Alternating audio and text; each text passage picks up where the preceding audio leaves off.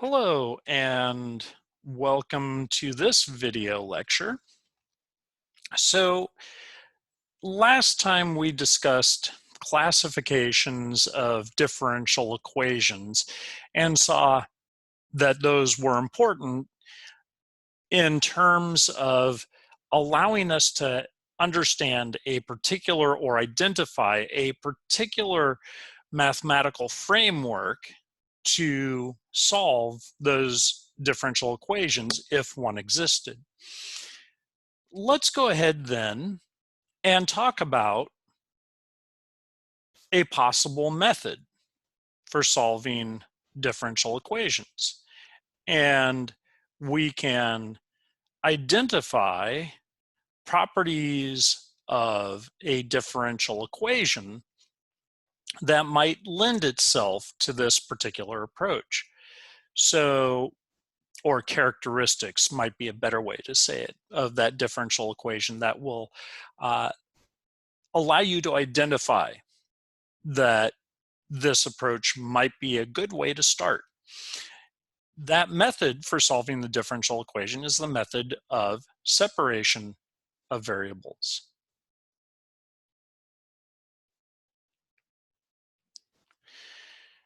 So as I indicated, this is a method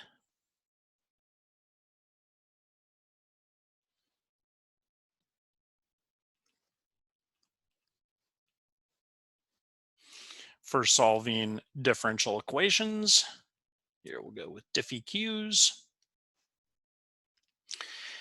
And for the most part, this is generally considered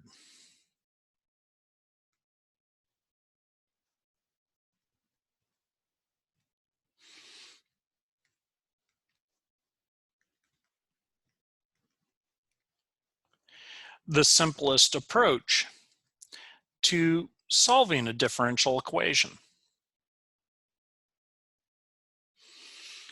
And so, of course, that means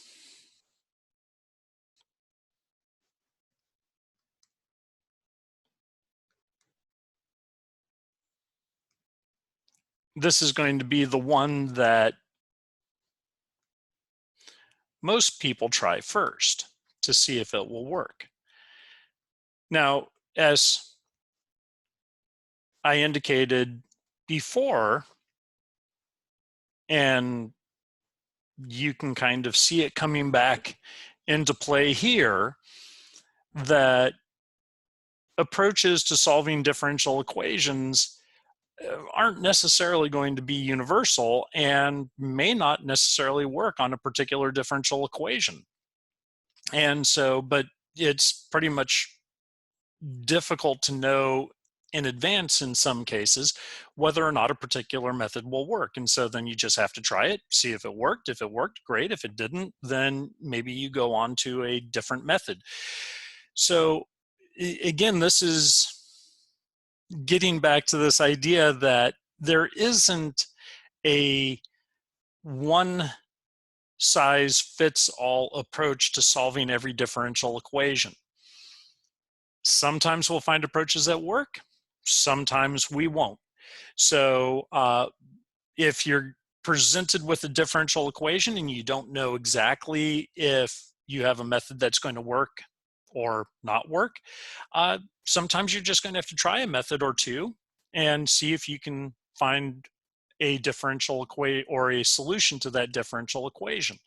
One of the wonderful things, and I'll talk about this throughout the class, one of the wonderful things about differential equations is you can always check to see if your solution is correct. What do? You just go ahead, take the appropriate derivatives, plug your, for the solution that is, you take the appropriate derivatives of the solution, substitute it back into the differential equation, multiply, add, do whatever you need to do. And if one side of the equation equals the other side of the equation, you have a solution. So that's one of the wonderful things, is there's no guessing whether or not you got a solution. As soon as you say something's a solution, you can go back and check it on the original differential equation to see if it does properly solve that differential equation and meet whatever boundary or initial conditions are associated with a particular problem. So you should never have to worry, did I get it right? You do a little extra work, you'll be able to determine whether or not you got the right solution. So it is, the method of separation of variables is generally considered the simplest approach.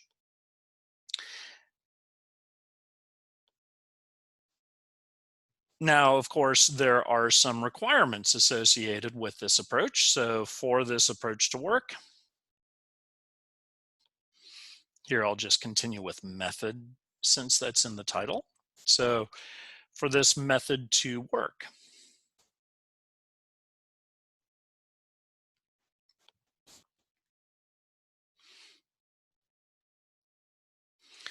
the differential equation, here I'll just put n on there,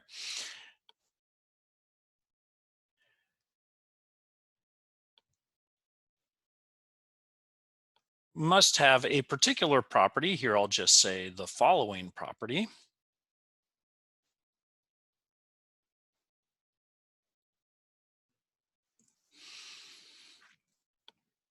which is that all occurrences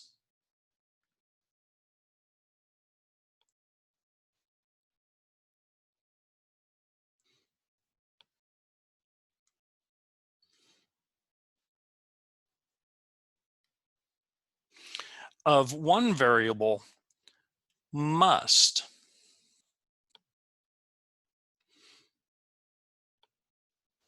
be able to be isolated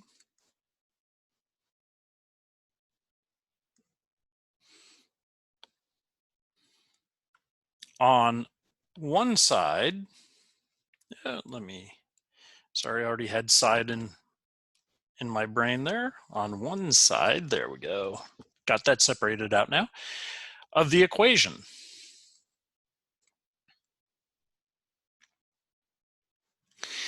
So what that means is if I have x as a function of time, I need to be able to get all the occurrences of x on one side, i.e. isolated on one side of the equation.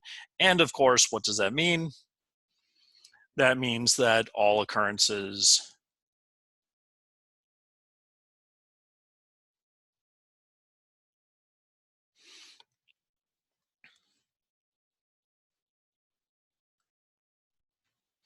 of the other variable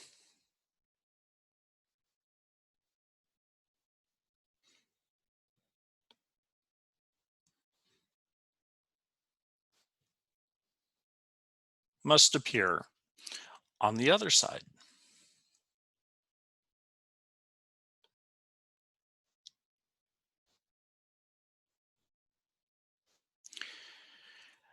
So in this statement, there is something that is implied. I'll make it a little bit more explicit here in a moment. But let's just go ahead and capture mathematically what this is saying. So if we have standard math notation y and x, that means that the left-hand side, which is a function of y alone, i.e. all we have on the left-hand side are y's, then on the other side here, the right-hand side, so this I will say is our left-hand side, function associated with the left-hand side. This is function associated with the right-hand side, or relation might be a better way to say it. That then the right-hand side, the only thing that can appear there are x's in terms of the variables that we're dealing with. So left-hand side can only have y's, right-hand side can only have x's if we break it down that way. So that's what that particular statement is effectively saying. So this, of course, means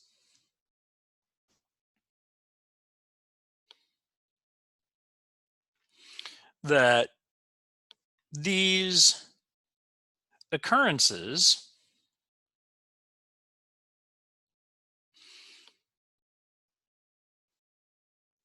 or the occurrences of these variables are then, of course, separated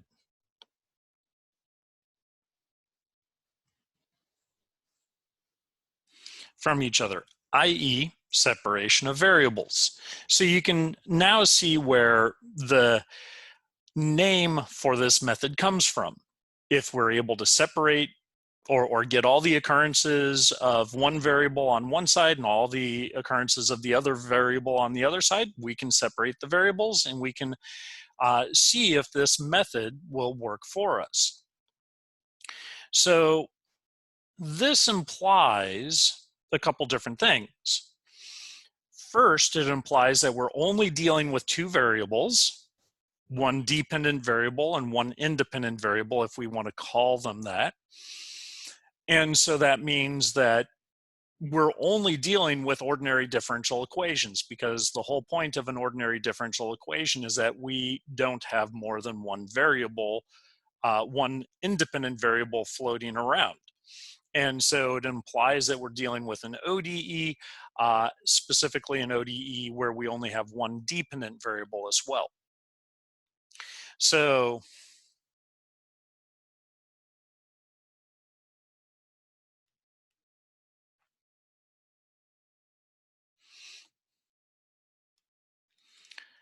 this clearly implies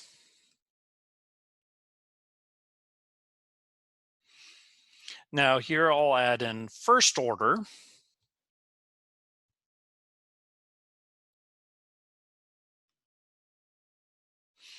ODE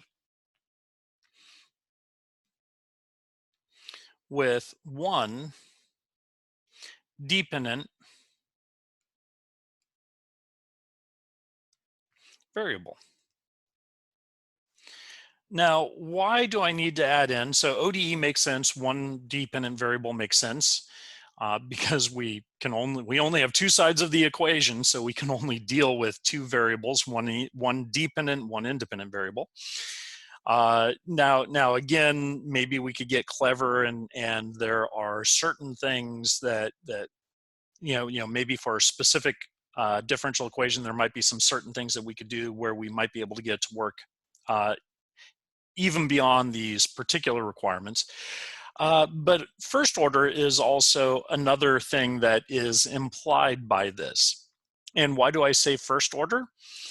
Because the only differential that we can break up like it is, or break up algebraically, let's say it that way, that we can break up algebraically, because remember, what do we have? We have, in this case, dy dx.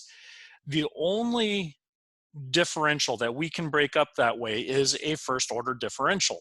We can actually manipulate break up or manipulate it algebraically, because we can go ahead and multiply both sides by dx, cancel dx's, and we can separate the dy from the dx. And so once we get to a second order derivative, though, we can't do that, because, and that's captured in the notation where we have the d squared y dx squared rather than dy squared over dx squared.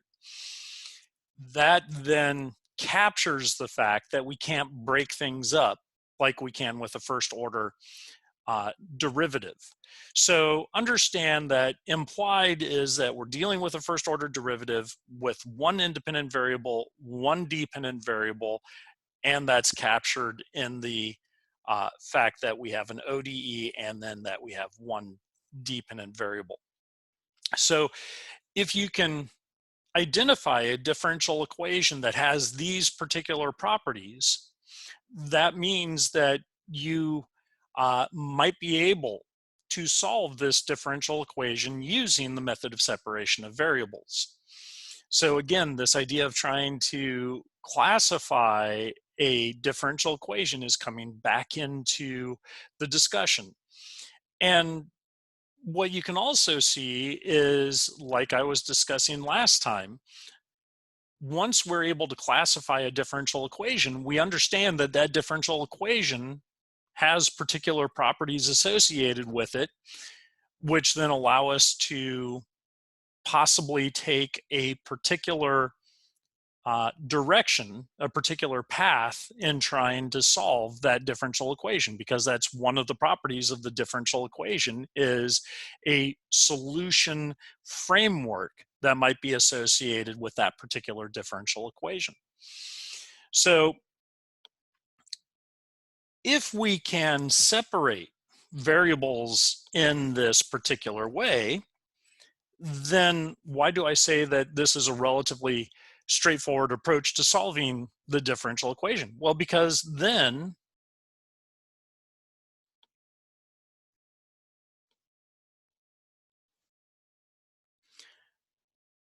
when we're solving this form of a differential equation, we just simply go ahead and separate the variables and integrate each side individually.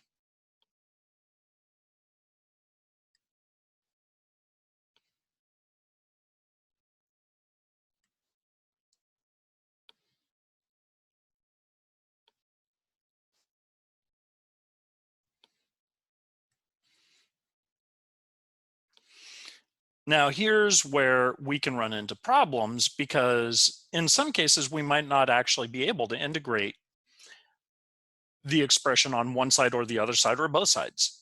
And so that's why it's possible that we could try this approach and we may not be able to get it to work out, because we may not actually be able to integrate one or both of those expressions. But if we can, then we have a solution.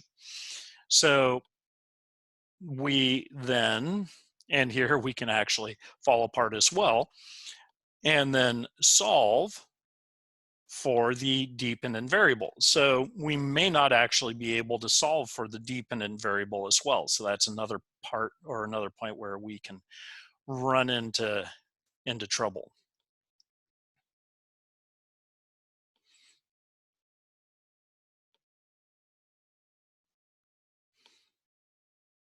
So variable slash function, because of course that's what the dependent variable will generally represent, is some kind of function. And again, we'll add in another if possible. And so again, as I said before, don't need that second comma, or that additional comma, let's say it that way. So as I said before, there is unfortunately sometimes some guesswork involved with solving differential equations.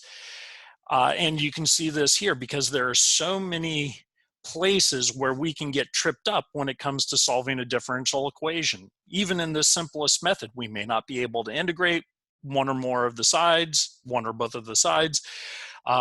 We may not be able to solve for the dependent variable. We may not be able to get it in a form where we can clearly say y equals something. In this particular case, y being our independent variable, or sorry, our dependent variable, dependent function. And in which case then we're still not able to actually solve it in a closed form. So you can see that there are a lot of places where things can fall apart, in which case then we may have to try a different way of solving the differential equation, or it's possible that we won't be able to come up with a closed form solution. So let's go ahead, and looks like I'm still on eraser, my apologies. Let's go ahead and look at an example. So generally, the text will say, solve a differential equation, but because we're engineers, I'm going to say, I want you to find the system response, because implicit in what we're trying to do here as engineers is the only reason we're trying to solve a differential equation is because that differential equation represents how a system is going to behave. And so we're going to be trying to find the system response. Now, yeah, maybe you'll want to go out and just for the fun of it, solve differential equations for the sake of solving differential equations. But most engineers are going to be doing it to actually try to get something done that's going to help us move our understanding of a system forward. So let's go ahead and work with a relatively simple first order differential equation. In this case, it will be homogeneous. So, and we're going to assume that A and B are constants.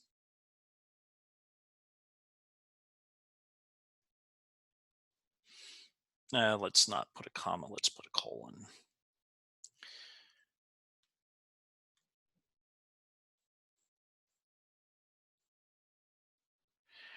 And so then that allows us to quickly identify that we're dealing with an LTI, linear time invariant, homogeneous, first order differential equation.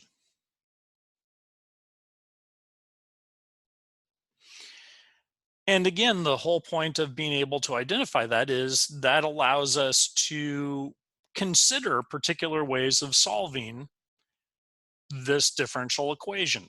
Being first order, it makes perfect sense that we would try the method of separation of variables. Now, as it turns out, there are, of course, other methods that we can use, especially for a differential equation that's this simple. There are other methods that we can use to solve this particular differential equation.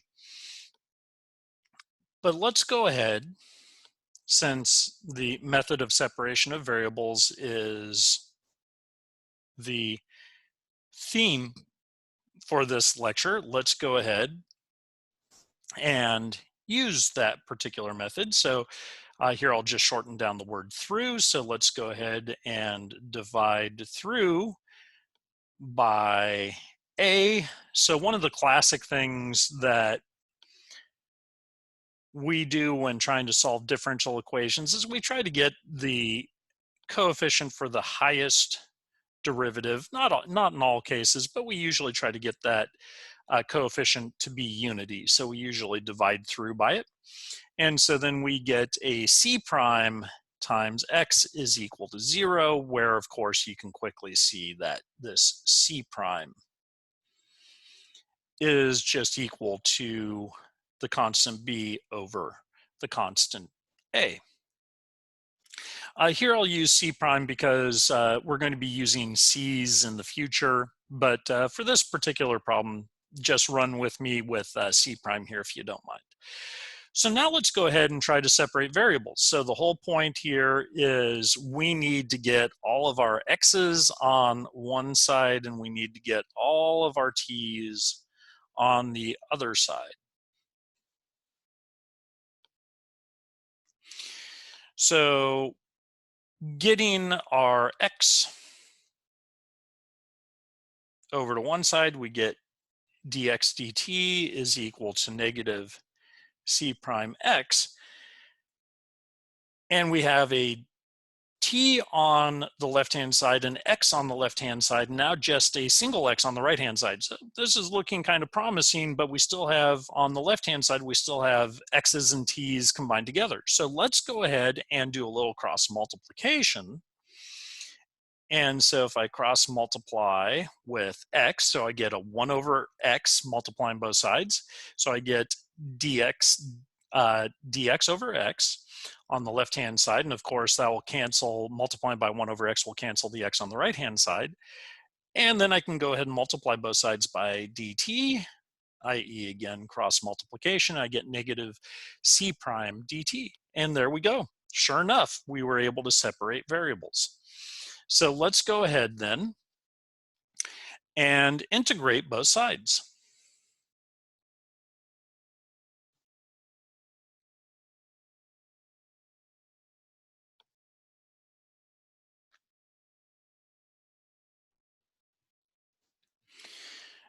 And so integrating one side from x naught to our variable x. So here the upper limit of integration is not constant. It's actually the variable x itself. And x naught is a constant value. It is the value that we have for this variable or function x, the value we have for it at the time t equals 0. So these limits of integration, of course, apply to the x side or the left-hand side of the equation, but we have then limits of integration that correspond on the right-hand side, or the side where we have time, that correspond to what's happening with these limits of integration on the left-hand side. So of course, x naught applies at t equals 0, and our value of x is whatever value we would get at time t. And so you can see how those limits of integration relate to each other. And so of course, we still have our negative c prime dt. And we can clearly see that just integrating dt, we're going to get a t, so we get a negative c prime t evaluated from 0 to t. We also know that this form of an integral on the left-hand side is just going to give us the natural log of x, now evaluated at x naught and x. And so substituting in on the right-hand side the limits of integration, I get negative c prime t minus 0, because we're going to assume that time starts at t equals 0. If not, we would have to adjust things, but that's okay. It's not a real problem. And so clearly that just gives us a negative c prime t. And then substituting in the limits of integration on the left-hand side, we get ln of x minus ln of x naught. But what do we know about the properties of logarithms? Well, if I have two logarithms, one subtracted from the other, that means that I can go ahead and combine the individual arguments for the natural log function into a single argument for natural log, where because of the subtraction, we have one of the original arguments divided by the other one of the original arguments. Now, if we added, the two would be multiplied together. So if this was a plus, we would have the two multiplied together. That's one of the properties of the logarithmic functions. And of course, this is still equal to just negative c prime t. So now going ahead and doing nothing but some manipulation, though we will see that this is important in the future, we can take the exponential of both sides. Of course, the exponential is the inverse mathematical operation of taking the natural log. So we get e to the negative c prime t, and then multiplying both sides by x naught, we get x is equal to x naught e to the negative c prime t. And there we go. This is our solution for that differential equation, where again, x naught equals the initial condition, otherwise known as IC. We weren't actually given a value for the initial condition in this particular case. That's perfectly fine. We just hold on to x naught, this quantity x naught, we just keep it in there until somebody gives us an initial condition, in which case then, boom, we pop it in there. And you can see why it makes perfect sense that that would be the initial condition, because if we explicitly say that this x is a function of time, and we then go with the time x, or we try to work with the value of x when time is equal to 0, well, then that's x naught e to the negative c prime times 0, which obviously is just x naught e to the 0. And we know that e to the 0 is just going to be 1. So that's x naught times 1, otherwise known as x naught. And sure enough, at t equals 0, we have x naught. i.e., again, our initial condition, assuming that the problem that we're interested in starts effectively at t equals 0.